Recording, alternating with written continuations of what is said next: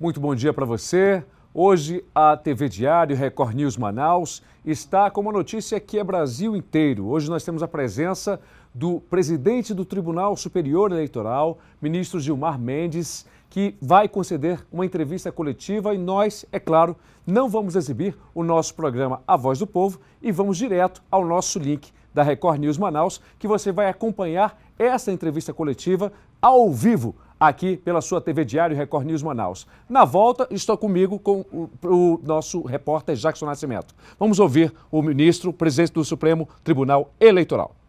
José Augusto, TV A Crítica, Record.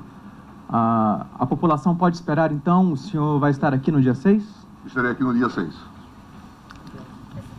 Ministro, há uma denúncia na Câmara que, se for aprovada, vai para o STF em relação ao presidente da República. O senhor acha que essa denúncia se sustenta nessas duas instituições? E a sua opinião a respeito do risco do país ter o terceiro presidente em menos de 4 anos? Essa é uma questão que tem que ser avaliada politicamente. Eu não posso fazer nenhum comentário sobre como a Câmara vai se portar. Como vocês sabem, a autorização precisa de 342 votos. Não é muito fácil obter esse quórum e isso precisa de uma grande articulação.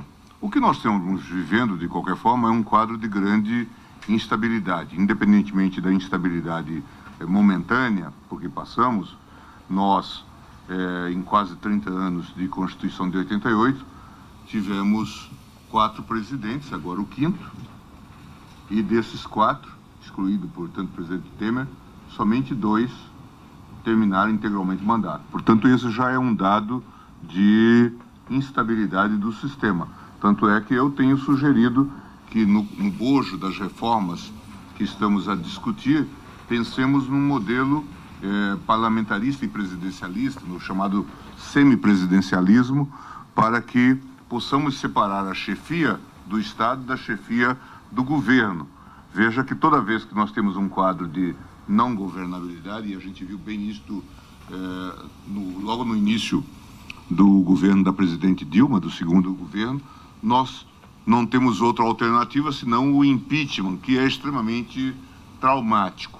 Então nós talvez tenhamos que discutir, ou logo agora, ou daqui a pouco, uma reforma mais profunda de todo o sistema. Ministro Gilmar Mendes, eu sou uma frente do Fato Amazônico. Ministro, nós temos um problema no Amazonas, o presidente sabe disso, o doutor desembargador também, com relação à lista TRIPS, que está desde 2015 lá no TSE para ser mandada ao presidente, né? E ela foi julgada há uns 2 meses, acho que o ministro Napoleão, ele é o relator, mas o ministro Hermes Benjamin pediu vista, está com 60 dias. Isso aí não é prejudicial, já que o TRE não tem um jurista hoje, de fato? Titular.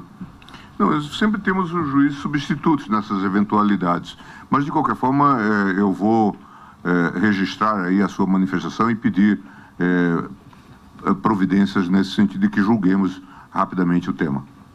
Ministro, Anderson Martins, do portal Amazonas Atual, há recursos ainda no TSE relacionados a eleições aqui do Amazonas. Quando que esses recursos devem entrar na pauta de julgamento? De fato, houve uma situação ali peculiar. O tribunal estava composto por uma composição, vamos chamar assim, suplementar, supletiva, e se determinou a execução imediata daquele acórdão. Mas o tribunal, por maioria, assim decidiu e nós temos que cumprir, tanto nós, no Tribunal Superior Eleitoral, como, claro, a Justiça Eleitoral como um todo. Esses recursos serão tempestivamente apreciados, certamente depende da publicação do acordo, embargos de declaração, eventual recurso para o Supremo Tribunal Federal. Esse, inclusive, é um dos reclamos das partes, que diz que não havia como recorrer porque não havia publicação do acórdão, não é? E isto é que deu ensejo inicialmente àquela liminar do ministro Lewandowski. Certamente, publicado o acórdão, haverá prazos curtos para a interposição dos embargos e nós certamente vamos priorizar isso. Presidente, Nilton Corrêa, do BNC Amazonas. Essa semana o ex-presidente Lula deu entrevista para uma emissora local, para o BNC e Rádio Tiradentes, E um dos comentários que ele fez é de que ele não conhece nenhum político, nenhum candidato que tenha disputado a eleição sem ter pedido financiamento empresarial, sem ter tido ajuda de empresário. E ele falou com naturalidade, inclusive, que ele acha até que os que estão candidatos aqui estejam também recebendo o apoio de empresários. Eu queria saber sua opinião a respeito do relatório do Cândido Vicente, que está em discussão na Câmara dos Deputados, e o que o senhor achou da emenda Lula? Eu não vou emitir juízo sobre isso, porque sabem que é apenas uma proposta, é apenas um início de debate. O que nós temos favorecido, e eu tenho enfatizado muito isso, é a necessidade da reforma político-eleitoral. E temos defendido, e há até um consenso, não só por parte da direção direta do tribunal, mas também da parte dos corregedores, por exemplo. O ministro Hermann fez uma reunião com os corregedores e nós temos insistido na mudança do sistema eleitoral, num aperfeiçoamento do sistema eleitoral, na diminuição do número de candidatos, no encontro de uma fórmula adequada para o financiamento do sistema. Agora, depois da decisão do Supremo que proibiu o financiamento corporativo de empresas, nós temos essas dificuldades todas. A questão da chamada cláusula de barreira, que nós, infelizmente, no Supremo derrubamos, que limitaria a presença de partidos que não atingissem um determinado número de votos nas câmaras, nas assembleias. A questão da coligação para as eleições proporcionais. Então, há um plano com o qual todos nós mais ou menos concordamos e que coincide em parte com a proposta que foi aprovada no Senado. Então, nós temos que discutir isso. O Brasil precisa realizar essas reformas. Parte delas tem que ser realizada até o final de setembro, porque nós temos aí o princípio da anualidade. E já há consenso, nós temos participado ativamente na construção de soluções, a melhoria do sistema de prestação de contas, a sua informatização. Nós estamos fazendo hoje checagens muito mais prontas em relação à prestação de contas, porque vocês sabem que aqui sempre houve uma série de abusos. Nós estamos melhorando, apetrechando a Justiça Eleitoral para fazer essa verificação. Mas certamente o projeto do deputado Vicente Cândido, que é uma pessoa muito cuidadosa, é uma proposta inicial que certamente será debatida. Ele trata de temas outros, ligados inclusive a reformas políticos e institucionais mais profundas, e o Congresso vai ter que saber o que de fato deve ser aprovado, até porque essa reforma, vocês têm que prestar atenção, tem uma peculiaridade. De alguma forma ela tem que ser combinada com o Senado, porque ela tem que se encerrar para ser promulgada até final de outubro, até o final de setembro, para atender o princípio da anualidade. Mais alguma pergunta? Ministro, em relação à atuação da Justiça Eleitoral em eleições, é sempre um complicador para a Justiça Eleitoral atuar em relação aos candidatos que concorrem à reeleição ou são apoiados por quem está no cargo, né, executivo. E existe aí a questão da conduta vedada, do abuso da máquina, né? Então, como é que se resolve essa questão? Como impedir o gestor de abusar da máquina em período eleitoral com a atual legislação? Bom, isso é um aprendizado que o Brasil desenvolve. Nós sabemos que a reeleição é um fenômeno recente, né? Isso aconteceu já no final do primeiro governo Fernando Henrique Cardoso. Houve a aprovação da emenda constitucional e muitos hoje discutem até uma das propostas de reforma política é a eliminação da reeleição, o que não elimina o chamado abuso do poder político. Como mesmo você disse, é possível que o candidato se engaje, o incumbente se engaje em favor do seu candidato. Portanto, nós temos esse fenômeno.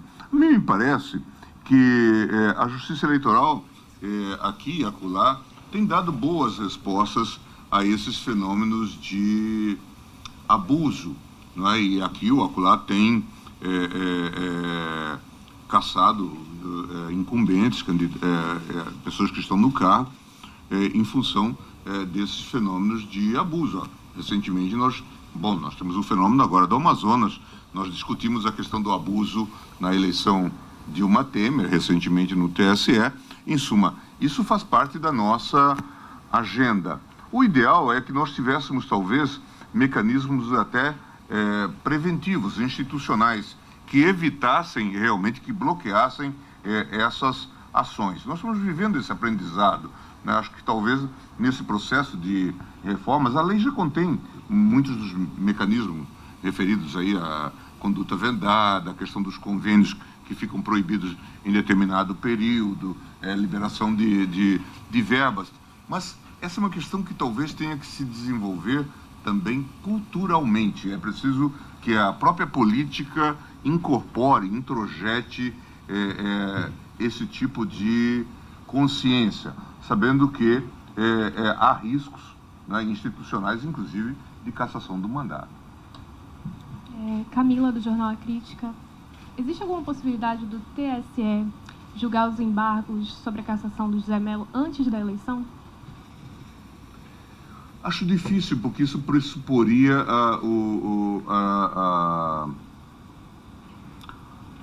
a consolidação e a publicação dos votos. Como nós retomamos a atividade no dia 1º, não acredito que o acordo esteja pronto. Mais alguma pergunta? Tem uma pergunta? O acordo já foi publicado? Ah, está no prazo de contra-razões, já foi publicado, desculpe. Pergunta para o desembargador Iedo João Simões. Com relação a essa, a gente teve uma troca de vice anunciada ontem para o TRE. Há tempo hábil para que isso aconteça antes do dia 6 ainda? Com certeza, porque essa troca em nada vai atrapalhar o nosso calendário, né? Porque a urna, o carregamento da urna com o nome dos candidatos, ela já foi inserido. Isso não vai modificar em nada. Apenas o voto que for dado para aquela chapa, né, alcançará o vice que foi substituído. Eles têm um prazo de 10 dias para substituir. Então, dentro desse prazo, eles podem substituir. Então, isso não vai alterar nada. Presidente, esse prazo em relação à substituição, na lei das eleições, ele fala em 20 dias para a substituição, e ontem alguns advogados das coligações adversárias, a Rebeca, já levantavam essa questão de impugnar em função de que a lei teria maior validade que a resolução do Tribunal Regional. A impugnação interessa ao partido, né? Então, como a substituição interessa ao partido. Se ele não substituir, a chapa não concorre. Então, há uma necessidade de ele substituir. Os prazos estão aí. É lógico que nessa eleição suplementar, os prazos foram diminuídos, os prazos, né? E eles têm o prazo está dentro do calendário eleitoral para a substituição, né? Presidente, quanto que até agora já foi gasto para se organizar o pleito suplementar e qual o valor total desse investimento? Eu não posso lhe dizer o valor total do que foi gasto, mas que nós temos uma previsão de gasto, né, para essas eleições, em torno de 18 milhões. Essa era a primeira previsão. Mais alguma pergunta? Isso, o primeiro e segundo turno, né? Mais alguma pergunta? Newton, Larissa, ok? Só em relação à sua pergunta quanto à questão dos embargos de declaração, nós temos aqui uma peculiaridade também, é que o relator deste acórdão é o ministro Barroso. Ele é que ficou redator para o acórdão. E ele não compõe ainda efetivamente o Tribunal Superior Eleitoral. É preciso, portanto, que ele se habilite e traga para julgamento. Por isso também é difícil que se faça até o dia 6. Não, prazo não, mas em geral a Justiça Eleitoral é muito célere. Ministro, só dúvida prática mesmo. Essa resposta com relação à possibilidade de eleições indiretas, esse parecer do STF pode vir, inclusive, após o dia 6 e cancelar, de repente, um segundo turno ou não? Existe essa possibilidade? Bom, em termos de possibilidade jurídica, sim. É evidente que se a matéria pende de julgamento, nós temos que esperar um julgamento definitivo. Por isso que eu disse, pode ser até que nós tenhamos uma manifestação definitiva do tribunal, referendando a liminar do ministro Celso de Mello, e encerrando, portanto, qualquer controvérsia. Certamente o tribunal vai dialogar para fazer um encaminhamento e modificar o tema. Mas então, ministro, ainda existe então esse risco de repente, a gente ter um primeiro turno, de repente não ter um segundo turno e que a eleição seja cancelada, é isso? Eu não vou ficar falando sobre hipóteses, gente. Quer dizer, em tese sempre é possível, enquanto houver vida, há esperança, né? Ok. Muito obrigado. Damos encerramento da coletiva de imprensa. Agradeço a presença de todos.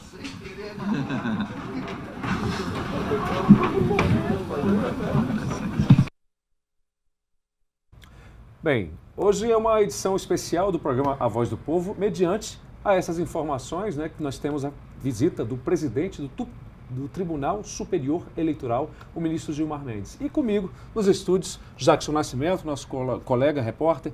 Jackson, tua avaliação dessa coletiva? É uma coletiva importante. Bom dia, Meike. Bom dia a todos os telespectadores aqui da Voz do Povo. Essa edição especial é importante porque estamos vivendo uma eleição suplementar. Uma eleição que foi culminada pela cassação do então governador José Mello. Tivemos aí o impasse que o ministro Lewandowski suspendeu as eleições e novamente as eleições retornaram, complicando um pouco a questão das datas que foram mantidas, porém o telespectador precisa ficar atento, o eleitor, o cidadão. A vinda do ministro é uma vinda que tem um grande significado para esse pleito no estado do Amazonas, porque ratifica as eleições para o dia 6 de agosto para governador e vice-governador do estado do Amazonas.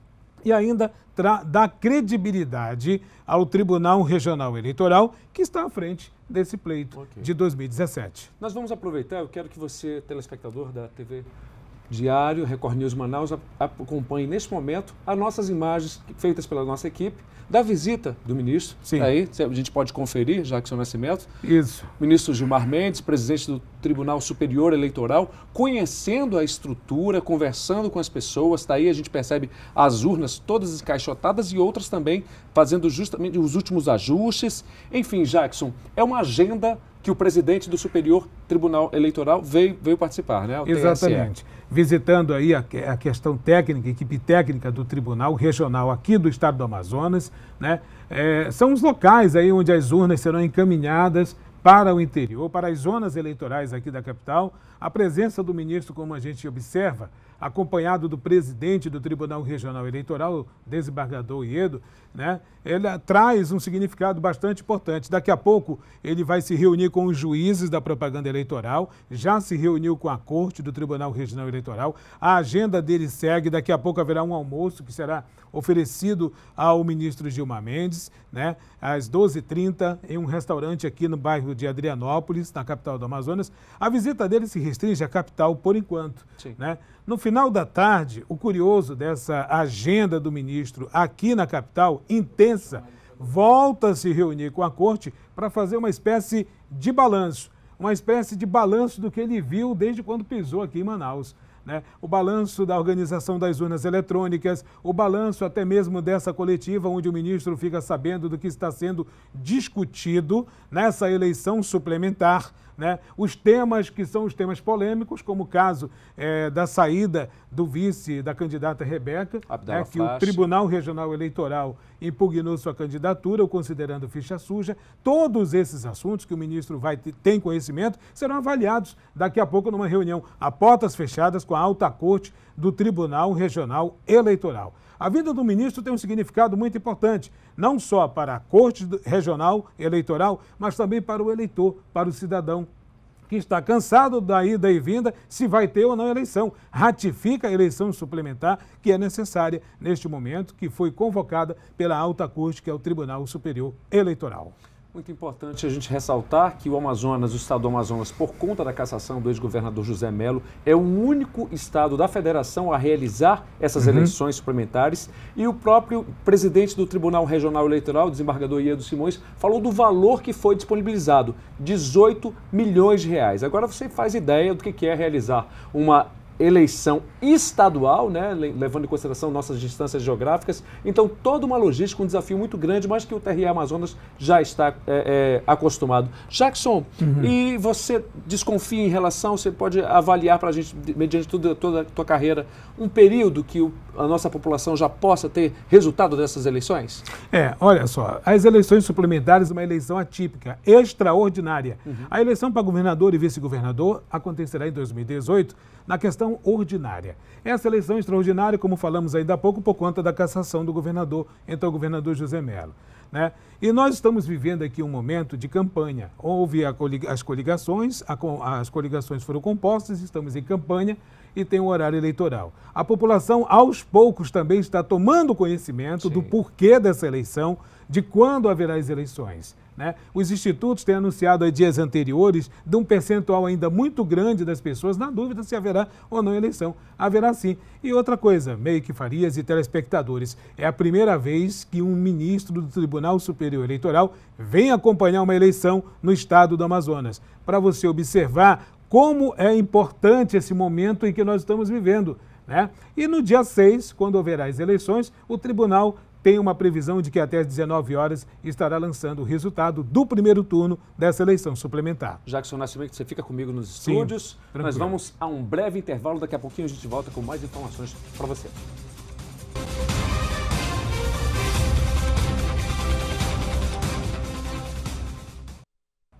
Veja agora o que é destaque no Jornal Diário do Amazonas desta quarta-feira, 26 de julho de 2017. Eleições suplementares, Instituto Diário de Pesquisa aponta Braga com 31,1% e Amazonino com 27,9% das intenções de voto. Tem ainda, Justiça tira vice de Rebeca por ser considerado ficha suja. Vamos saber mais detalhes dessas notícias. O Instituto Diário de Pesquisa mostra que haverá segundo turno na eleição suplementar para o governo do Amazonas. A pesquisa foi realizada dos dias 18 a 23 deste mês em Manaus e no interior do estado, com 1.600 eleitores. E tem margem de erro máxima de 2,45 pontos percentuais. E ainda falando de eleições, Abdala é julgado ficha suja e Rebeca troca o candidato a vice e, por unanimidade, o tribunal julgou que Frache não pode ser candidato por ser condenado por prática de cartel no setor varejista de vendas de combustíveis. Jackson Nascimento, eu queria que você comentasse agora os números dessa pesquisa. Uma pesquisa meio que retrata aí o cenário há poucos dias das eleições suplementares aqui no estado do Amazonas.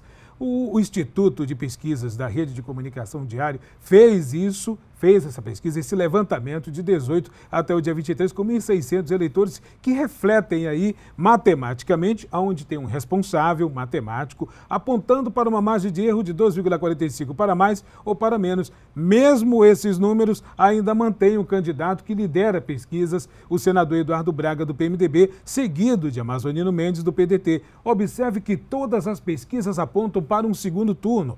E claro, numa eleição rápida, os analistas políticos fizeram a seguinte colocação: haverá segundo turno e iria se destacar justamente nessa corrida quem tivesse o conhecimento maior do eleitorado.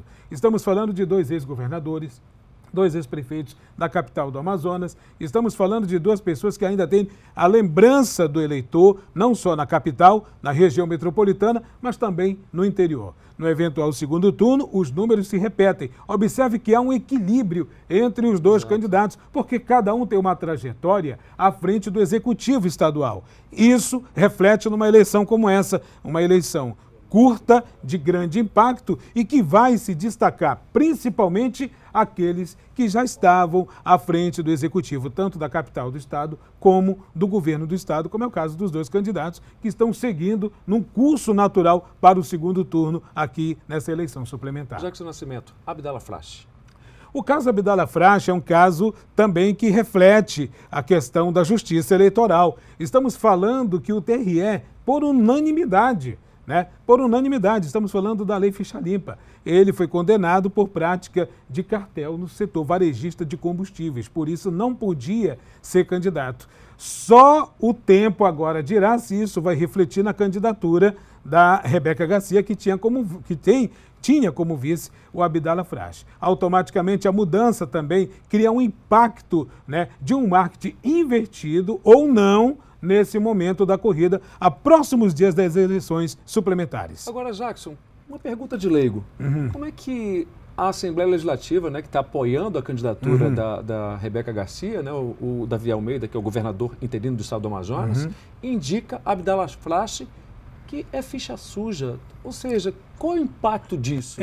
O impacto disso fica a cargo do eleitor, do cidadão, do contribuinte. Até porque as composições políticas, elas partem de personagens e de partidos, né? Existe uma linha sucessória para a composição dessas chapas. E o Abdala, ao assumir a presidência do Legislativo, se cacifou para ser o candidato a vice. Só que não havia ainda uma condenação dele junto à corte, né, por conta da sua impugnação. Por isso passou. No entanto, isso, nesse momento da corrida, gera um impacto de marketing, eu acredito que negativo, na chapa de Rebeca Garcia. Agora, como estamos falando de política, então o ex-governador José Melo também está apoiando?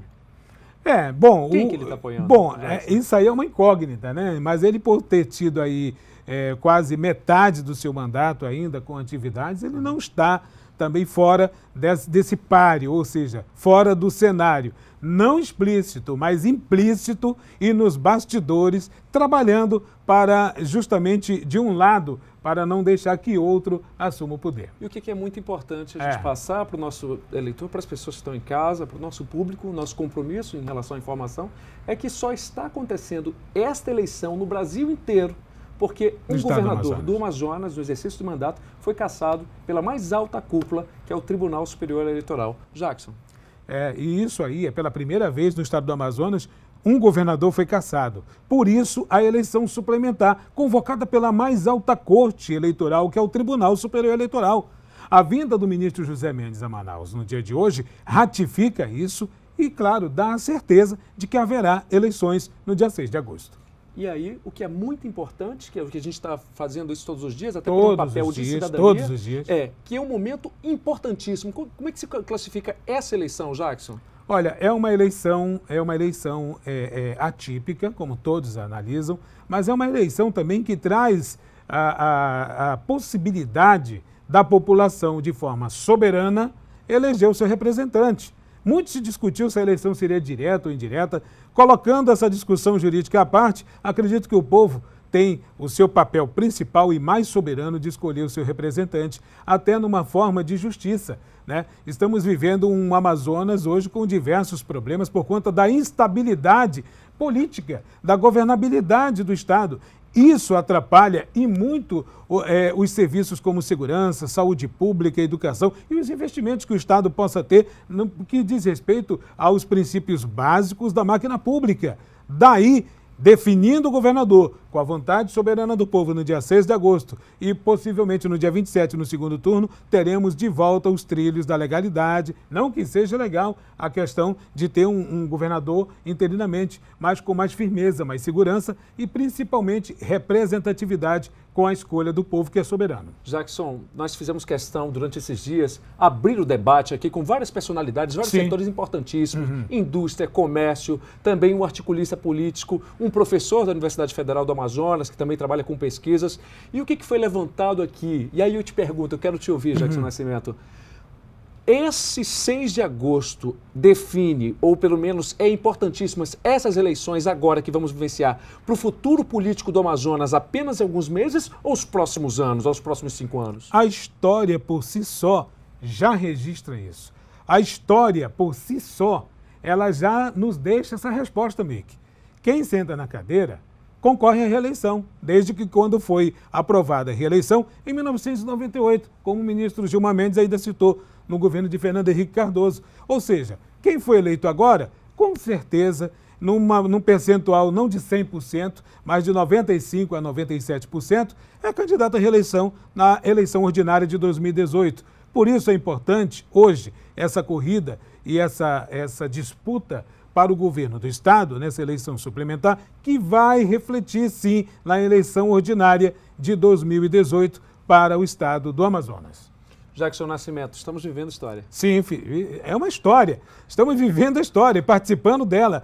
Pela primeira vez uma eleição suplementar, pela primeira vez um governador cassado, e é o que nós estamos vivendo hoje. E vamos votar, né? Ainda bem que está aumentando o número de pessoas que está tendo conhecimento com o papel da utilidade pública da TV, do rádio, que é formadora de opinião. Eu tenho uma última perguntinha para você, Sim. que eu não posso me furtar. Nós temos um programa de televisão, que é a Voz do Povo, que é o espaço da cidadania. Certo. E aqui nós entrevistamos as pessoas, várias pessoas do interior do Ouvimos Amazonas. as pessoas. Na saúde, na segurança pública. E aí, Jackson, eu te pergunto, lembrando dessas pessoas agora, nesse momento, que momento é esse da urna? Ou seja, eu queria que você desse mesmo a sua conscientização em relação às pessoas que estão em casa para a importância desse gesto, desse ato e da importância dessa eleição no futuro de todos nós amazonenses. Bom, a população anseia pela melhoria dos serviços considerados básicos de uma população. Saúde, educação, segurança, transporte público, malha viária, enfim, o básico de uma administração. O que nós estamos vivendo hoje são simplesmente o aumento da demanda nesses serviços públicos que incidem em vários problemas, vários gargalos de uma gestão ineficiente, de uma gestão falha que está refletindo agora. É uma oportunidade de nós corrigirmos isso. É uma oportunidade de nós colocarmos o estado do Amazonas nos eixos, né? Até porque a instabilidade reflete na economia. Já ouvimos representantes da indústria, do CIEAN, já ouvimos representantes do comércio, o CDLM, a Câmara de Dirigentes Lojistas, já ouvimos aqui o Sindicato dos Metalúrgicos, porque o polo industrial de Manaus tem reduzido a oferta de empregos. Isso preocupa e isso vai trazer um reflexo no setor público, principalmente na área de saúde e segurança. Lembro-me de uma entrevista com o delegado do primeiro distrito policial, o primeiro DIP aqui em Manaus, que fica na Duque de Caxias. Ele falou justamente isso. A quantidade de pessoas que estão sendo presas, praticando pela primeira vez um crime. Primeira vez, que não tem passagem pela polícia, que entra em desespero e que encontra, se envereda pelo crime, justamente por conta de falta de alternativas públicas, de políticas públicas, de empregabilidade, de trabalho, de renda. E que essa instabilidade gera tudo isso.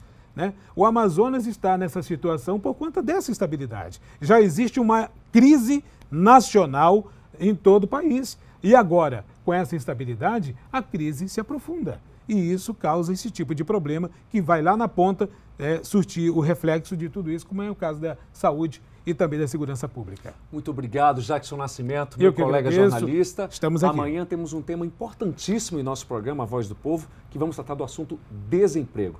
E eu agradeço imensamente a sua audiência, a sua companhia e lhe convido para um novo encontro a partir das 11h30 da manhã, amanhã aqui conosco na nossa TV Diário Record News Manaus, portal D24M e também Facebook. Um abraço a todos vocês e até amanhã, se Deus quiser. Até amanhã. Obrigado.